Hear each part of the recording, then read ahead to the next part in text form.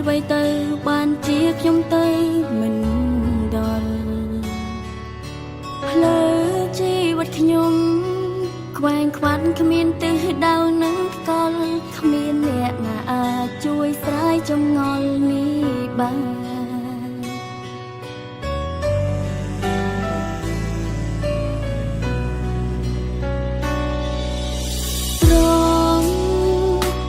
ទ្រាំដល់ណាបែកបាក់គ្រួសារសក់ក៏ក្រំបាត់អស់ភាពកក់ក្ដៅក៏ល្មមគ្រប់គ្រាន់ល្មមឈុំយំក្នុងរណ្ដៅដោះលែងខ្ញុំទៅឲ្យខ្ញុំរស់បានសងផង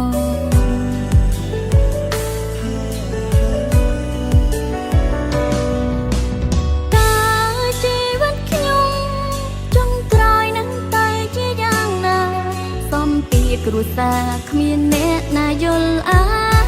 រម្មណ៍ទោះបីខ្ញុំយល់ក៏គ្មានអ្នកចូលទឹកភ្នែកឲ្យគឺមានតែប៉ុន្តែឲ្យខ្ញុំទ្រាំតថ្ងៃស្លាប់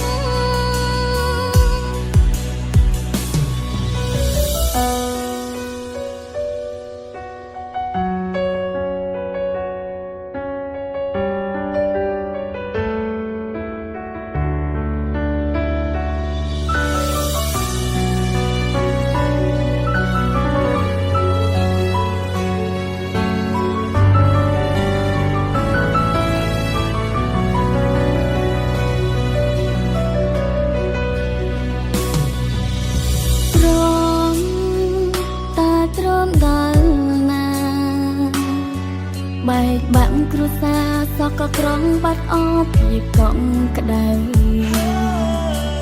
ក៏ល្មមគ្រប់គ្រាន់ល្មមឈុំយំក្នុងរណ្ដៅដោះលែងខ្ញុំទៅឲ្យខ្ញុំរស់បានសងផង